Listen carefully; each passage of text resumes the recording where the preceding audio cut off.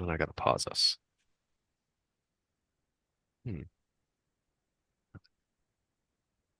Oh, see, I need to use StreamYard because I could be doing this to YouTube too.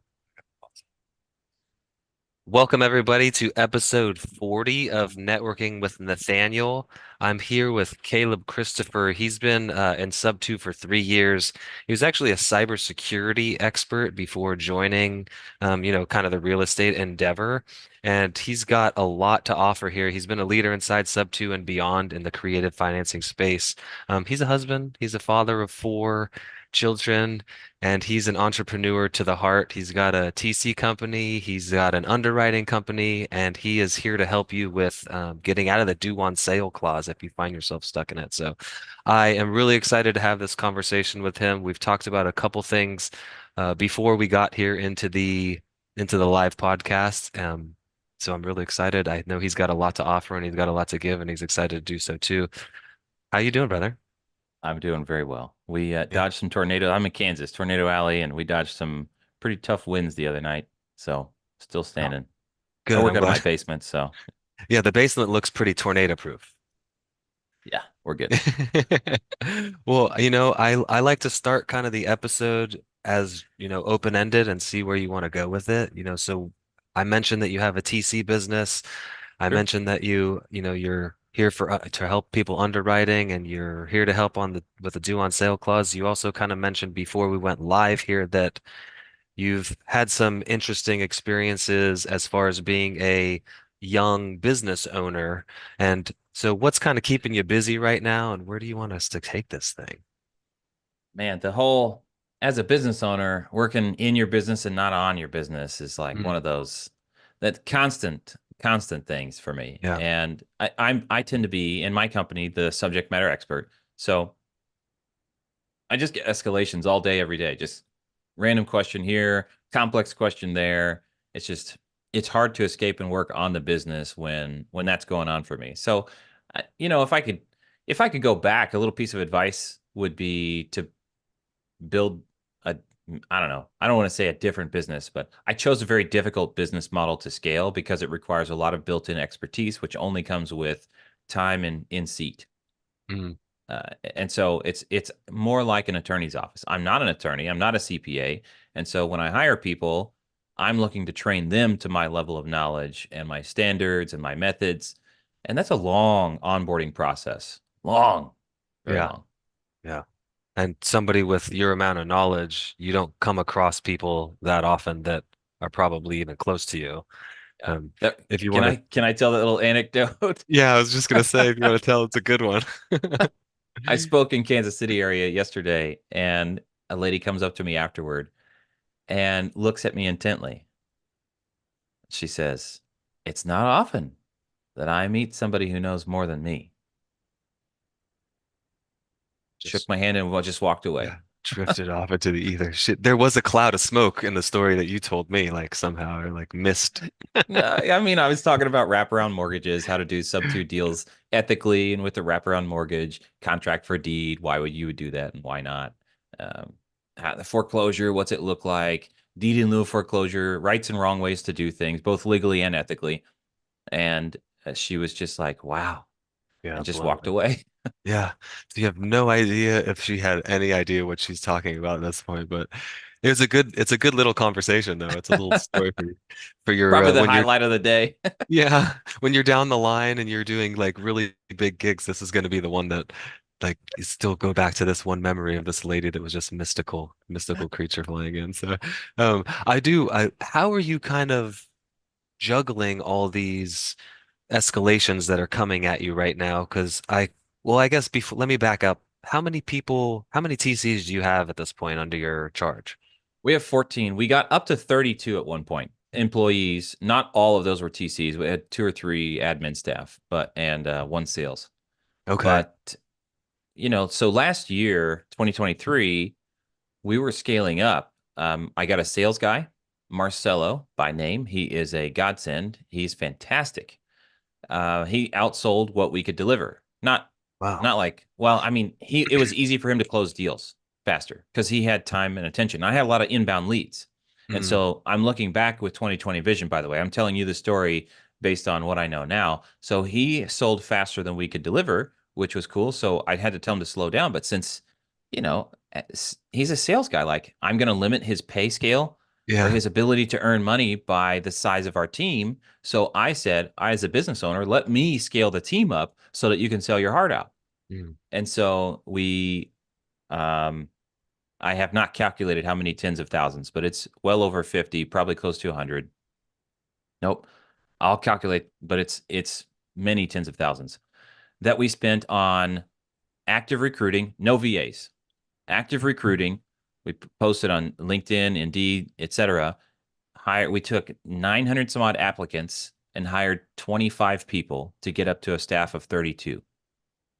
That was in October, November, December, Yeah. because I wanted almost 3 months to train people to my level of expertise so that when the spring market opened up in real estate, we were ready to rock and roll. Mm. We spent a ton of money, time, and effort, and had some great people come. And spring hit, and my inbound leads slowed way down for plenty of reasons that those are close or those who already know me understand why some of those lead sources dried up. But I was depending on inbound leads from a a group that I'm not in control of. And Mm. so stuff outside of my control was changing. And now suddenly we're dried up on leads and I have too much salary and not enough deals. Mm. So I actually had to do layoffs. And it was one of the worst experiences of my life as a business owner. Yeah. I can only imagine. I've only laid off VAs at this point. Um, And I and don't let people go without severance. Even when I'm like, yeah. I have this policy of, I've even got a YouTube video of me crying after firing somebody. I've got this policy of, if we went through the time and trouble of recruiting and hiring you and you passed all of our checks, then we in good faith believe you're a fit. Mhm. If it turns out you're not, I'm going to give you 2 weeks severance when I let you go, unless there's an egregious and you've been counseled and it's an ongoing thing. But if I'm like, hey, my gut already tells me, and based on the experience I'm looking at, you're not a fit, here's 2 weeks pay. We're just going to part ways. That's Yeah. still not fun, but that's a dismissal. And as a policy, I give severance. I don't Mm. know other employers who do that, but man, they got to go look for another job. Like, people matter. Whether I'm doing real estate deals or running a business or whatnot, people matter Yeah. to me. I love that. I'm glad you said that because I feel the same way. Like they have, people have families and obligations and things like that. And, like you're saying, if you've gone through the vetting process and you think they're a good fit, it kind of comes back on me as the leader. I should be What did better at I, picking people. right.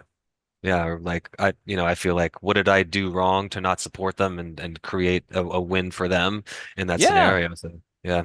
So you went to 32, back down to 14, 14, yeah. 15, including your sales guy, or is 14? 15 including me, I think. Okay.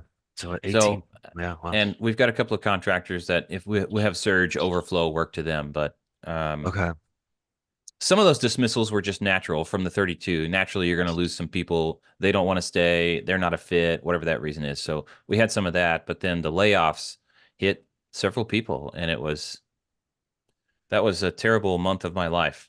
Yeah. I'm gonna ask you for that video so I can link it in the description and you can just relive it over and over and over. Yeah, Uh, because I can't bring it up. You can't even start playing it without me crying again or really? getting Okay. teary-eyed. Yeah, dude. It Uh, was it was right after this lady was like, please, please, please, please, please give me another chance. I need this. I need blah, blah, blah. And I'm like, I'm giving you 2 weeks. That's best I can do. Because it comes down to this is the debate. Are clients more important than employees?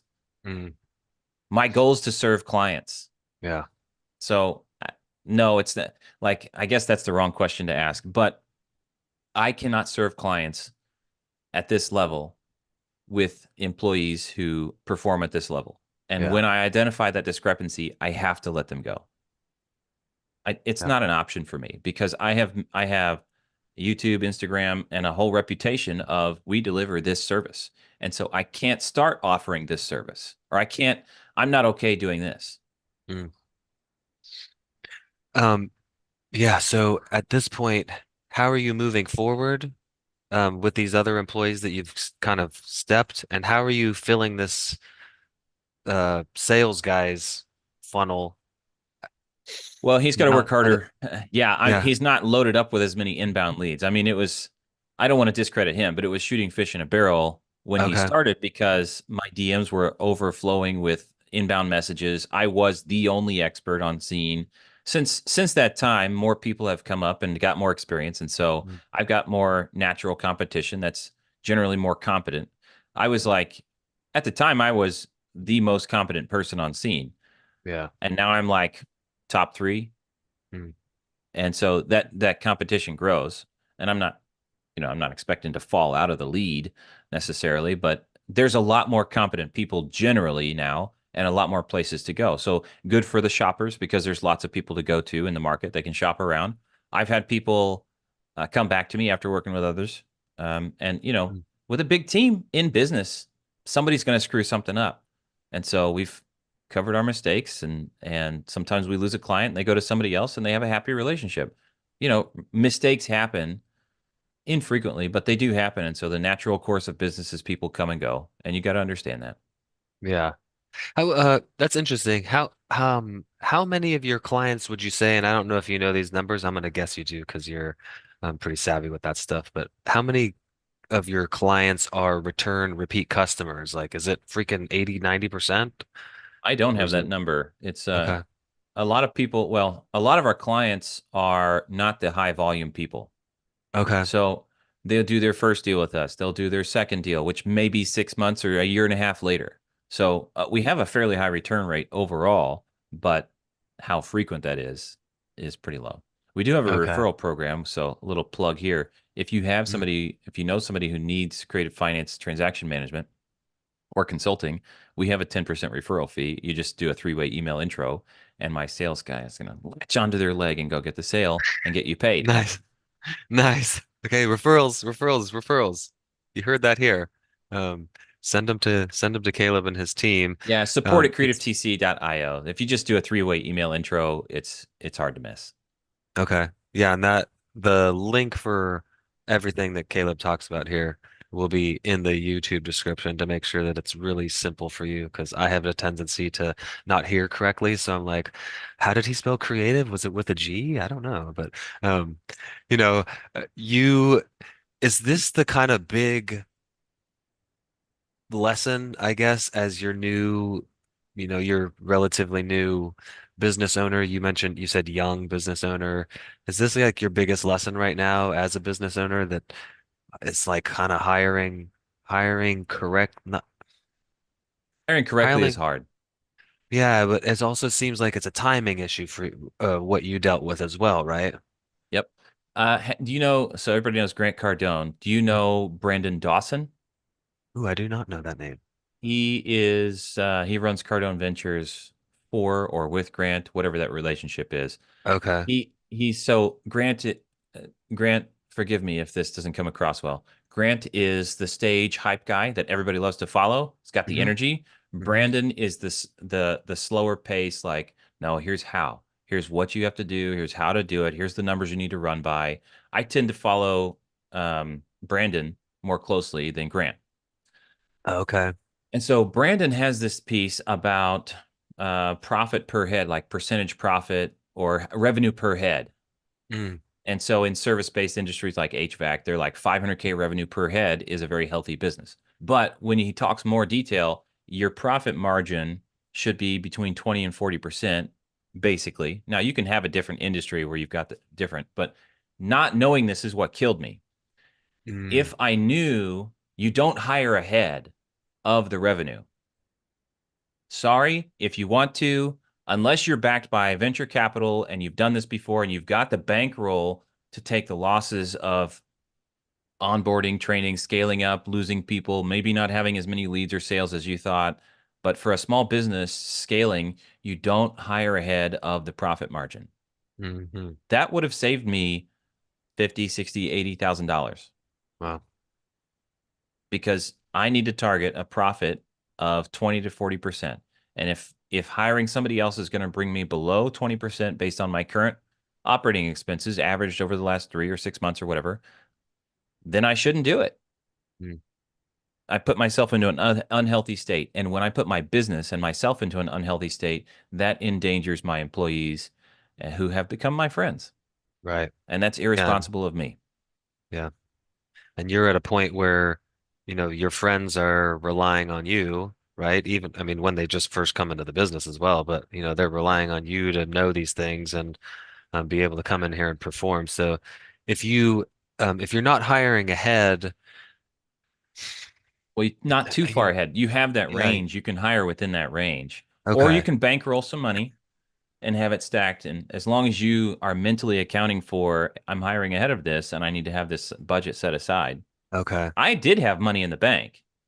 I had close to 100K in the bank for my company so that we could start rolling through the winter. But the Mm, leads didn't come in the spring and the sales didn't come in because the leads weren't there. And it's a different side of the business because my business, Creative TC, relies on other people doing deals and then coming to us. yeah. Hmm. And so now that you don't have these other platforms, we'll say, that aren't in your control, what are you doing differently now that's, within more of your control? I mean, is it the Facebook and Instagram and YouTube? Are there Pushing other that. avenues that, yeah, okay. So, Yeah. Local y- speaking engagements. So okay. this podcast is an Hmm. example of me getting out there and getting in front of people. I haven't even talked much about my business or what I do, but like being out there for people to see that I'm a real person who's practical. It's just being familiar with me. I want to be top of mind when you have a creative finance transaction. You know you're going to get it done the right way if you call Caleb. Hmm. And plug that address in there again. CreativeTC.io, that .io. one? Okay. Yeah, Yeah, creative. It's .io. on the hat. So yeah, you just got to put the IO there in the yeah. Oh, so yeah, I know. What do you want to talk about as far as the business goes? I mean, you've mentioned how your quality, you have the client's interests first. What can somebody expect as far as bringing a deal to you? Like, I guess let's start. At what point does somebody bring you a deal? Yeah, there's two main ways people do business with me with Creative TC. Number one is if you have a verbal acceptance of an offer, like a creative finance offer. I Okay. really don't do cash deals. If you really, really, really want to overpay for a service on a cash deal, call me. I'll still try to push you away, but we can still do the deal. I want to do creative deals, okay? That's where I provide the highest value. So if Hmm. you've got a verbal acceptance on a deal, or you've got it under contract, but you know that contract is insufficient and it really needs spiffed up, that's a great place to start with us. We have a contract write-up service. It starts at like 197. Sometimes we'll run a promo, but one of my people will jump on a Zoom call live with you and write the contract. Okay. Okay? So getting it under contract is one piece. Now, we can't guarantee signatures, obviously. That's a contract write-up assistance and consultation. So it's like deal, we're going to gut check your deal. Does the math really work on this? Are you in Texas and it's a veteran's property and you're going to get hit with property taxes when there are currently none? You're looking at the PITI, which really doesn't contain any taxes because of a veteran homestead exemption in Texas, and you're about to get hit with $800 a month. Are you ready for that? Like, Yeah. oh, I never thought about that. Like, so sometimes the best deal is no deal at all. And we're aware Hmm. of that. And we're not afraid to help you shut down a deal that's not a good deal. So Yeah. getting started with contract write up. And then once you have a signed contract, transaction management is what I call it because it's project management. Mm. We do the coordination, we do the emails, interfacing, calls, et cetera, with everybody, but it's about managing that transaction. There's a lot of relationships and a lot of egos to manage Yeah. in these deals. Mine. Yeah. I'm the most important. Yeah. I want to make sure we highlight it here that well, actually, before I highlight it, if you were to look at the numbers and turn somebody away, are they still paying that 197 for the, is that like a That consultation fee that's for? that's subjective. Generally, Okay. they're going to get the value in that they didn't spend more time and money on that thing. So Yeah. generally, we're not refunding. Okay. And if you have a deal that's under contract and you want to bring it to Creative TC, book a free 15-minute chat. They're free on the website because I don't like giving refunds. We're going to take a Mhm. non-refundable deposit, but use that free time to say, is this actually a deal? Are we ready to rock and roll? What are the next steps? Because we'll happily turn down a deal or help you turn down a deal that's not actually a deal. Yeah. I hate deals that fall apart. They end up taking more time. People are disappointed. I don't want negative emotions and disappointment related to a deal to be affiliated in any way with my brand name. So I will Right. happily help you avoid a bad deal so that we don't say yes to your money and then three to And then have six to weeks find out. later the deal Yeah. falls apart. No, I would rather not take your money in the first place. Yeah. I love that. I mean, outside of the 15-minute free consultation, like you said, it's subjective. Like, I would much rather lose the 197 and lose the 197 The and the have you tell fast me no than $3,000 or $5,000 earnest money deposit later when Yep. we find out my taxes went, not quadrupled, infinitely higher, but, my Yeah. taxes are $5,000 a year where they were zero. Now this isn't a deal at all. And that's in South Carolina too. I have homestead exemption on my property. So if somebody were to, I'm never going to sell this thing, but if somebody were to come take over my mortgage, they're going to get a freaking wide open eye. Like when the Yep. taxes go from $150 a year to 3,000, like bye bye. Golly. Bye bye cash flow. So Yeah, so and we've got exactly that story. The fastest cancellation I had was less than 24 hours. But the person was happy. They paid $940 non-refundable. yeah. We jumped on the phone. We looked at it. They took assignment. We were just digging into the paperwork, digging into the math, asked a lot of questions. That's my favorite. That's my best skill is asking questions. Mhm. And it turns out, hey, this isn't a deal. Well, the person hadn't put their earnest money deposit in. Um, and they got a hour and a half long course with me on underwriting their deal. And so they were happy to cancel that Yeah. deal and let us have the deposit Yeah. It's like because it paying saved for them. education. Me Yeah, too. it Yeah. saved Yeah. them 3,000 non-refundable, no, Yeah. 5,000 non-refundable deposit and negative cash flow had they gone through with the deal for the next 7 years. Yeah. Well, Oof. how many I can't thousands imagine. did they save? A lot. Yeah. Oh yeah, a lot of money. What's 197? Yeah. Um, yeah, also so I like how you referred to it as transaction management. That's different. Yeah. I mean, it's a little twist on it. You're not like necessarily coordinating. You're managing title, attorneys, me, the buyer, the seller, the wholesaler, like all these different people, and they all want to get paid. They all have their nut that they're relying on, and you got to make sure that everything goes smoothly so everybody's involved. So it's interesting now that I'm saying that out loud. You're not only responsible for your employees, but you're also kind of catty corner, responsible for all these other people to make sure that the thing goes smoothly. So Yeah. wait, I don't know if you've thought about that. I'm sure you have, but just put Oh, I this do. weight on you right now. Yeah. I feel it a lot. Add to that we have very high ethical standards, and it makes it very hard to get some of these deals done. There's a lot of corners you could cut to just get it done and make most people happy. I'll take the hard high road. Yeah. Well, that's the road that 10, 20, 30 years from now, you're still going to be standing here where, you know, maybe 6 months from now, if you had done something immoral or, even illegal, like somebody's going to drag your name through the mud and it's going to ruin all the hard work you've done. Who cares about all the content you've posted and, good things you've done? We, I don't know if I should say it. When I was in Iraq, we had one bungle up. We were doing really, really well as tank mechanics in this tank company, and we had one really bad incident. And he was like, "You can, my lieutenant at the time, you can build all these bridges, and they can be the best bridges you've ever built, but if you mm, suck one penis, you'll, you're gonna be known as like that's how he put it." You're not going to be known as a bridge builder. You're going to be You're known not as known as something the bridge else. builder. Yep, you're now known as the thing sucker. So, yeah, I know we had talked about keeping it clean, and that's as clean as I could keep that story.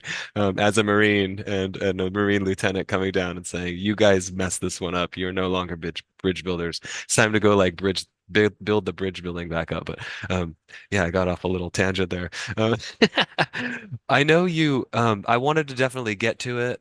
And it's funny. I've caught myself now. We talked about saying a lot on as we're talking, and I've 15 times at least already. And I pride myself on being somebody that doesn't say that a lot. And nope. But I wanted to get to the due on sale clause because that's something that you are, a leader in the space. One, I guess let's, for everybody that's not really super aware of it, like what is it? Why does it get called? Let's start there. Yeah. Boy. Yeah, I It's got you. 60 seconds. Oh no, you were gonna say Yeah, I was just saying for effect. Yeah, in your yeah. So no, so the due on sale clause is it's a clause in a mortgage or deed of trust. I'll use those interchangeably. That's the security instrument. Mortgage or deed of trust contains in most residential is going to be section 17 or 18, could be 16. It could be anywhere, but if you're looking for it and you've got a mortgage in front of you, scroll down to there. And it is the lender's right, it is their option to accelerate the full loan balance if the property or the deed is transferred to a third party that they did not approve of without paying off the loan. Is there any way that they would call it otherwise? There's plenty of reasons they relate it to defaults, why they could accelerate the note. Okay. Hmm. This just explicitly defines that a default in the contract you have with them, the mortgage, is that transferring title without their permission is a default. You have Okay. defaulted on the mortgage. It's not a monetary default, it's a performance default. Okay. So that any default in the In any agreement, term, they and can. yeah, any Yeah. terms Okay. and conditions default can escalate to acceleration and therefore to foreclosure. Interesting. Okay. Because I feel like recently I saw somebody posted in one of the groups I'm in, like, hey, I didn't sell my house, but the due on sale clause is getting called. Like, that seems interesting. But so see, I just learned something for sure. Yeah. Not, I mean, when I bought my first house, I read the mortgage document. And I told the guy, put me there early because I read documents. He was like, really? I'm like, yeah, or you can get sit back there and up. watch me. Yeah. I'm doing this for your benefit. Yeah. Anyway, so he sat there and watched me read, and I'm like, oh, did you know that the mortgage contains clauses? Most of them will contain clauses that you can't store hazardous materials. Oh, That's pretty common. Like that's not a like, oh, that's not mind blowing, but yeah. they define excessive amounts of fuel, gasoline, such as more than 5 gallons sometimes, more than 15 gallons sometimes. If you store that in the structure, that's a violation of the mortgage.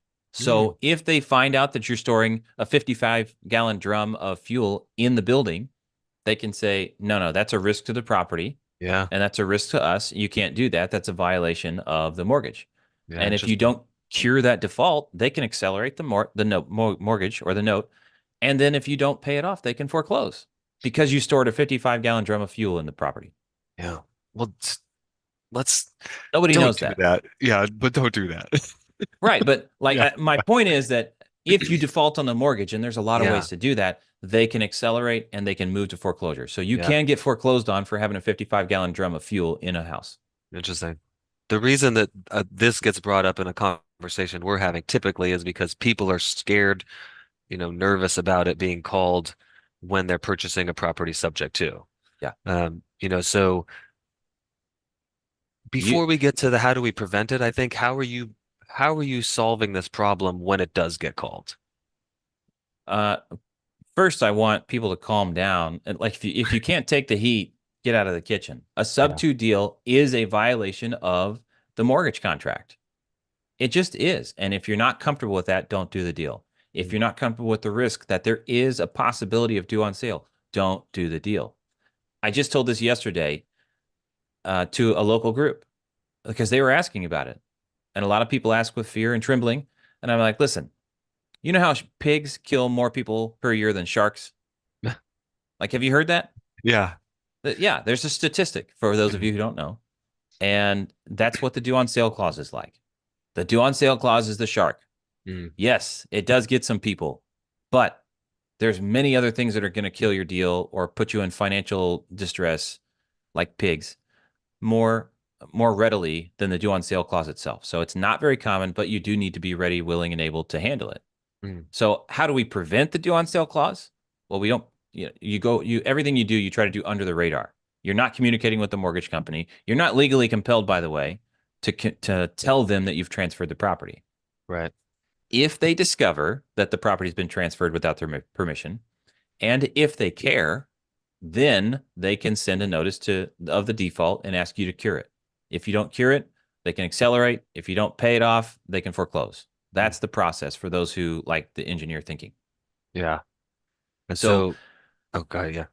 you just want to stay under the radar. So not notifying them, not doing certain things that would cause them to notice. So changing insurance is one of those things. Having an insurance provider who understands and knows how to communicate with mortgage companies without, like when they send in the new coverage with your name on it, they need to it needs to look like something what the mortgage company wants to see. They're still insured in accordance with the mortgage contract, mortgage Right. document. And so this is like a minor thing. It's a gray area. And I know I talked about the high road. This is a gray area, right? And so if the seller's name shows up somewhere, if you highlight it, circle it, something to draw their attention to, oh yeah, John Smith is on the policy. Here's a new policy. Great, good to go. Right? Mm, Trying to stay under the radar.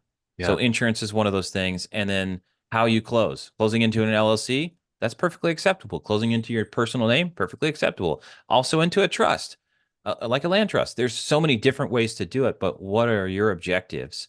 I do believe that closing into a trust reduces visibility. It doesn't provide any real protection. There's no due on sale proofness Yeah. Okay. for these sub two deals, okay? That's what I It's was just gonna, that was my next question. it's just reducing the likelihood. Okay.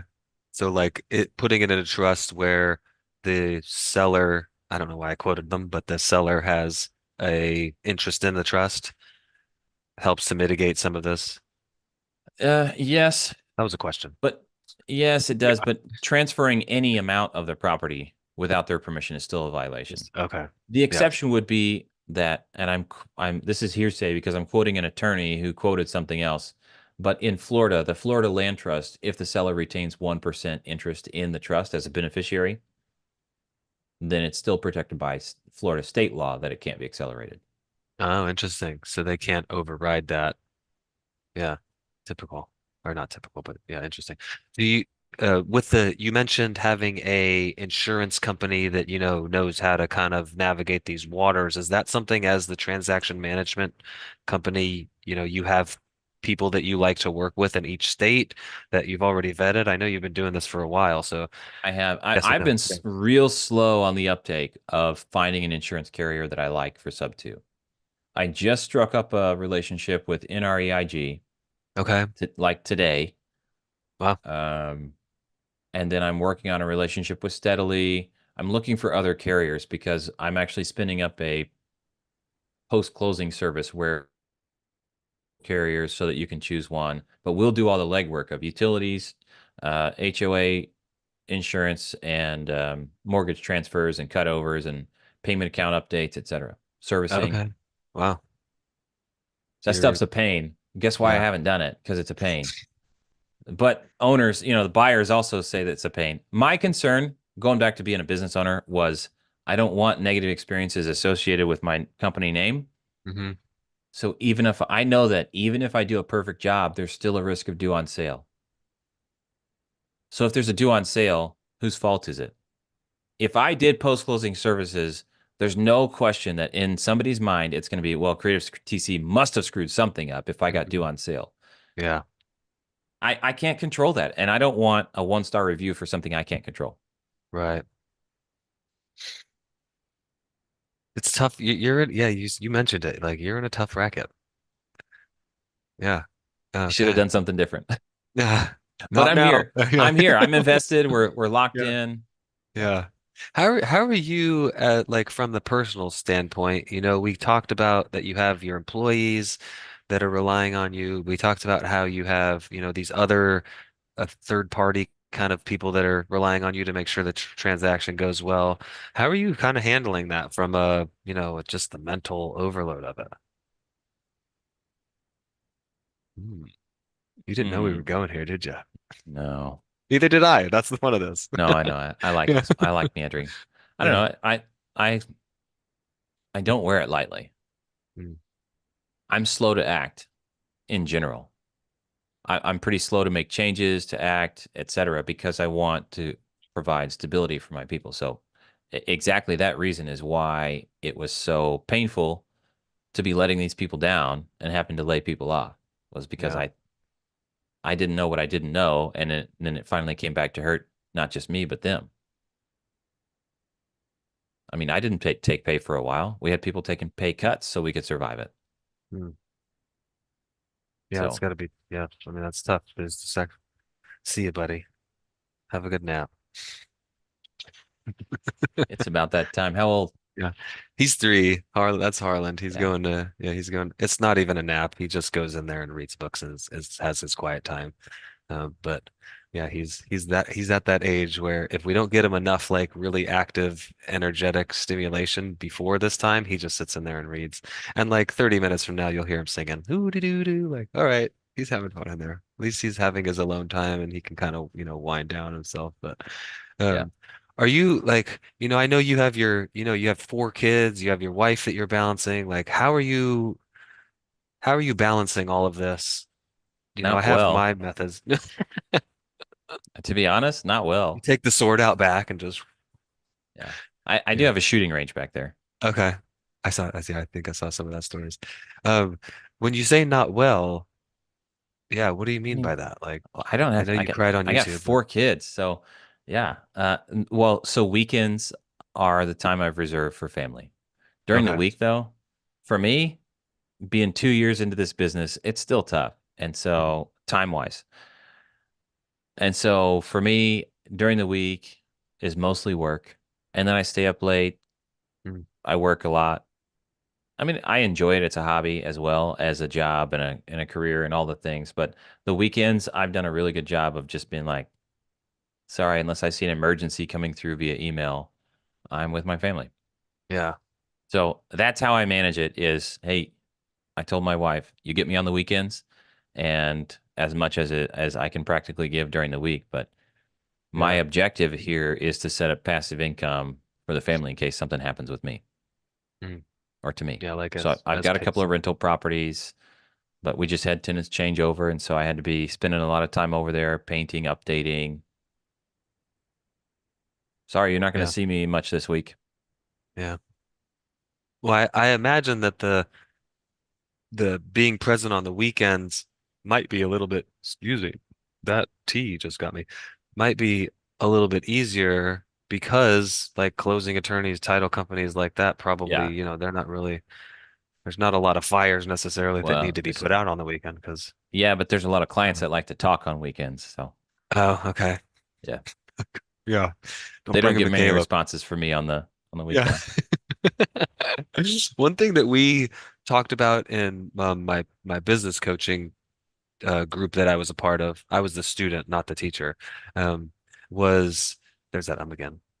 See how I'm aware? Yeah. Ugh, 27 at this point. No, I'm not really counting, but we we he talked about having no more than seven direct reports coming to you.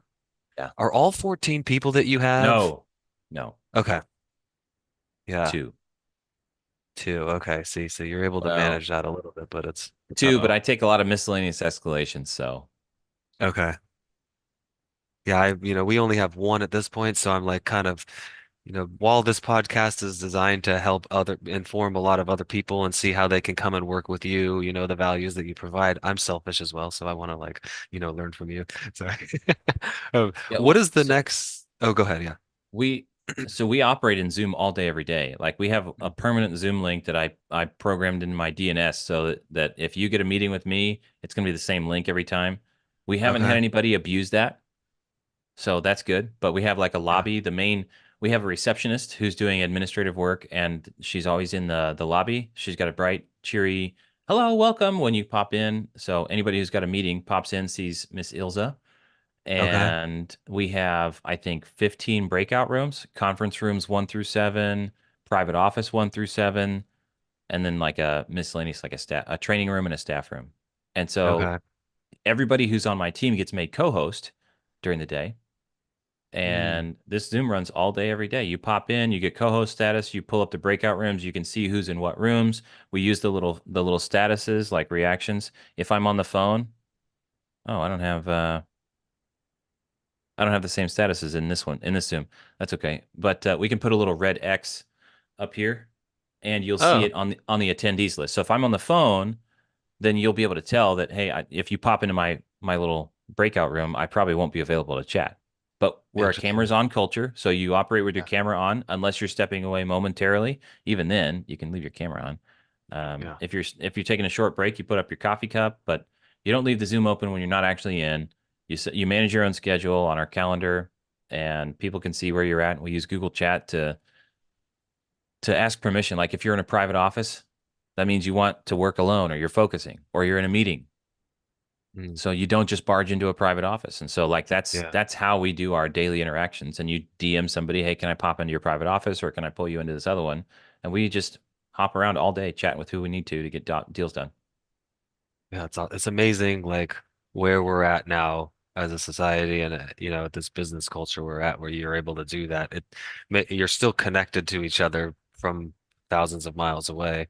So that's pretty cool. I know Yeah, we're kind of coming up on time here. We don't have any questions in the chat at this point, so I'm just going to keep going. Like maybe another 10 minutes if you're good with that, Caleb. sure. I wanted to kind of know where you're headed. Like what does the next 6, 12, 3 years look like for you? Oh, wish I knew all of that. No, so Creative TC, we are stabilizing after the tough spring startup. We're at the end of Q2 now. Yeah. So Getting we're stabilized and trying to get the shuffle of people back into new hierarchy of upper and middle management so that I can focus on partnerships, adding okay. wings or sister companies. I'd like to build or buy or partner into a title company as well. But that's more of a I don't know. If I stopped working within Creative TC, then I could go figure that out. Mm, Maybe I should. I don't know. That's where I'm at. I don't know. Should I stop working inside the company and force them to figure it out themselves? Because they will. And then I still remain the face on social. Oh yeah, yeah. social. But my goal this year is to do a lot more speaking engagements and go meet people in person. So that I'm Yeah. on a big push for that. Mm. Well, I appreciate you coming on this one. I know you know, this is aligning with your goals, and so it's aligning Yeah, with mine too. Have dope people perfect. on. I just had this moment that this is how you get out. And this is just kind of joking, but You just do it. maybe it's oh no, yeah, you go back to that Rhea that you just talked about until you re-meet that lady. And she's gonna come in. No, she appears out of the mist. Caleb, I know you've been I, looking for me. I saw you on I the know dang more than her. sponsor. I don't need her. Oh, true. Yeah, dang. She told me. Yeah. So yeah, and I don't know how do you get out of this? You You just can do a do it, you said. How do progressive. Yeah, you can just do it, or you can do a progressive thing like, hey, Tuesdays, I'm not in the office. If you have an emergency, call me. Oh, you extend your weekend, so to speak. Not the week. I would do it during the week, not Mondays are No, but for I mean catching like up. yeah, Yeah, you're but yeah, yeah. the non-Caleb time. Yeah. Well, I Interesting. can work on other projects. Like for example, I can know that Tuesdays are for anything but Creative TC unless there's an emergency. Right. Yeah, you're going and trying to find a title company that needs a Caleb to take over them and gonna run them up into the mountaintops. That's right. Yeah, interesting. Why, we kind of had this last little bit to ask questions in the chat. There's 4 people here. Anybody out there in the ether have questions for Caleb, please put them in the chat so we can chat about it. Like I guess personally, I know you mentioned that I know you got that sword back there. It looks like it's a decorative and it's not out there chopping down trees, and It's you not mentioned sharp. it's not sharp. Yeah, you're out, you have a range in the back. What does Caleb fill his time with when he's not man, I mean, it's just family. It's just work and family. So I listen to audiobooks if you're looking like what's personal entertainment for me. let's do it. Do what? What books have let's book Oh, yeah, I'm gonna write now. See, I got the pen out. Oh, you can't. I There have it plenty is. of I have plenty of business books. The pen is Yeah. mightier than the sword, you know. Yeah. Um, lately I've been on a sci-fi book series kick. Okay. So I mean that's like my downtime, relax time. I'll sit on a recliner with a snack and just listen to a book on 2.5x speed. Oh man, that's fast. Like I can get Oh to yeah. 2 usually, depending on the uh what's the The what do accent, people from British accent? There you go. yeah. The linguist, like that's not the right word. So, what's your favorite sci-fi book? Let's hear that. Ooh, it's a series Or it can be a called series, yeah. yeah, it's called Expeditionary Force. I think the first one's free on Audible. It's pretty good. It's Okay. 15 books. Oh, 16 right now.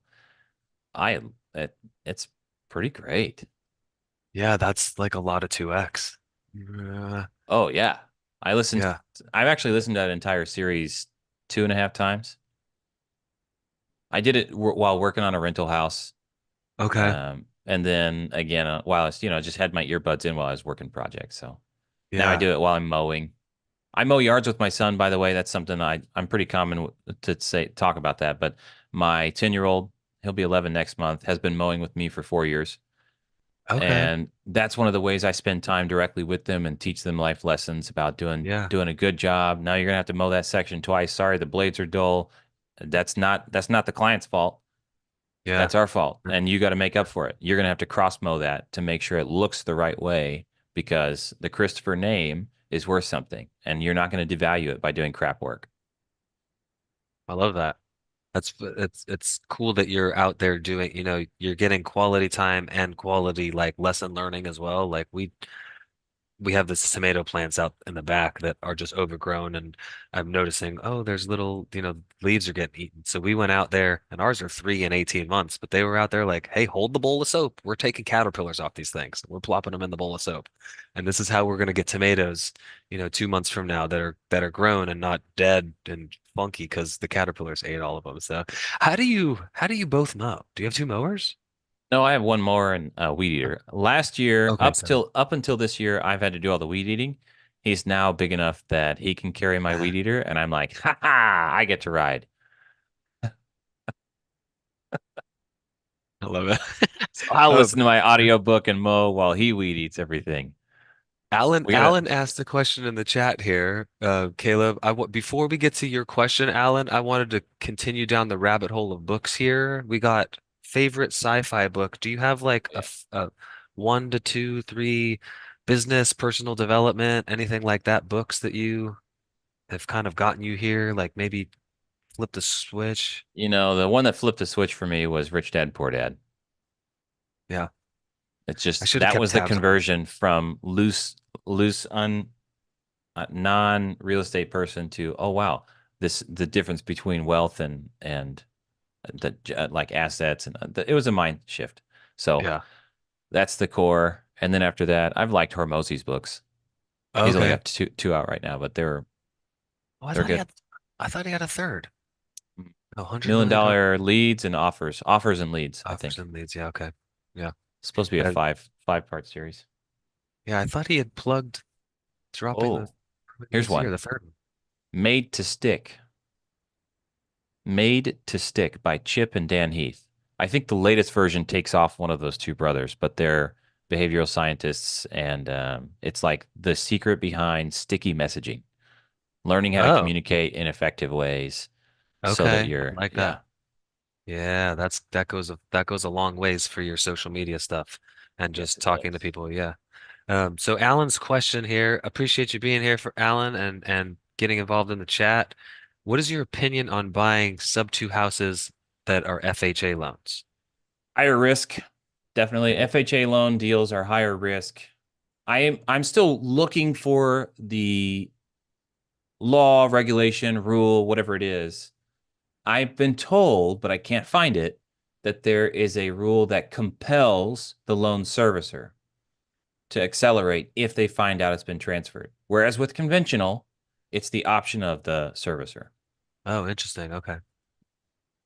Like FHA, government-backed loan, it's like the VA has this guidance that says that lenders can't accelerate if the title doesn't transfer. So if you do a contract for deed, then sorry, lender, it's not a violation, or even if it is a violation, you're not allowed to accelerate for that.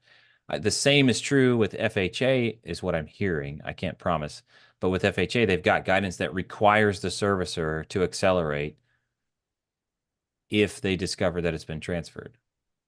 Huh. That's please don't take that as gospel truth right now. I've Right. heard it. It's a strong Yeah. rumor. I've been looking for it. I would like to find definitive proof, but it's like I've spent enough time looking for it lately that I'm done for a while. When They are and higher risk though. yeah, so but if the due on sale does get called by the FHA, we have ways to mitigate this and get around it. We just have to take a They're breath. harder to mitigate. Okay. You have less remediation options. Fewer, Okay. sorry, better word. Yeah, see, fancy. I don't think the Descript can change that one for you. Maybe they can. Yeah. Well, I do I got a meeting with my operations manager coming up in a few minutes. So as far as I like to kind of end this with parting words here. Oh, you got to put the I thought when you pulled it up real quick, I thought it was a clarinet, like the top of a clarinet. Doo-doo-doo. Um, for somebody that's like, let's plug first before I get to this. What's the best way for people to reach out to you personally if they want to just like kind of chat with you, learn more from you, and then plug that creativetc.io again from your mouth. You guys are going to think I'm a jerk, but don't reach out to me unless you've got a speaking engagement for me. Reach out to my Oh, team. okay. Reach out Yeah. to my team. Look, we have free 15-minute inbound chat. So if you want to, I've trained them, right? Creativetc.io. We have free 15-minute chats on anything there. Book a call. If it's something that's extra complex, they will escalate it to me and you'll reach me anyway. Hit me on social media at Yeah. F Caleb Christopher on Instagram, at Caleb Christopher himself on YouTube. You'll learn a lot just watching my short little clips. Yep. Yeah, and those links will be, and probably a couple more that I have from Caleb as well, will be in the description there, so you can just scroll down there and click on them and get right where you're intending to go. For parting words here, for anybody that's maybe just looking to get started in real estate, I know you've already covered a lot. What would you say to somebody that's, this is kind of what these podcasts are geared towards, is like people that are just kind of getting started. If you're getting started in real estate, get some cash or find a way to earn equity into a deal. Like if that's where you're at. If you have cash already, do your deal, but pay somebody to partner with you on a deal or pay them a referral fee or a consulting fee or something like that to make sure you do a better deal because a bad deal will cost you money for a long time. Yeah. Or, well, all at once if it's like a flip, but if you do like a long-term rental that's lossy or you're betting on a short-term rental being profitable, you're now stuck with it. That can be pretty expensive. Yep. Do a deal or two with somebody who's got experience, pay the entry fee there. That's the dues, the cost of admission. If you try to freeball it, it works until it doesn't. Been there, done that. Yep. Yeah. I've lost money because I Yeah. didn't partner with people. A Yeah. lot of people have. I'm sure that, Caleb would be willing to as well, but he's got a lot on his plate. So if you're out there and you're just getting started, you can go to nathanielhovsepian.com and you'll end up in the right spot to connect with Oh me. yeah. And if you got money out there and you're trying to get into real estate, we're always looking for more people to partner with. So come be a part of our thing. We've got big plans for the rest of this year and we're gonna hit them, especially with Nice. Caleb being on my podcast. Yeah, that's all you too. So don't come to me with that stuff. Yeah. If you want partners, go to him. I'll help your deal get to the finish line once you've partnered with Nate. Yeah. So that's the deal with partnering with me. If you come here and you want to work with Caleb, we're gonna have to do stuff together. So I appreciate you being on here, brother. It's been a pleasure. I knew I would learn some Thank you. stuff. I learned a few things. I've got a pad full of notes here and some new books to go check out. So I appreciate you, dude. Thank you. Later.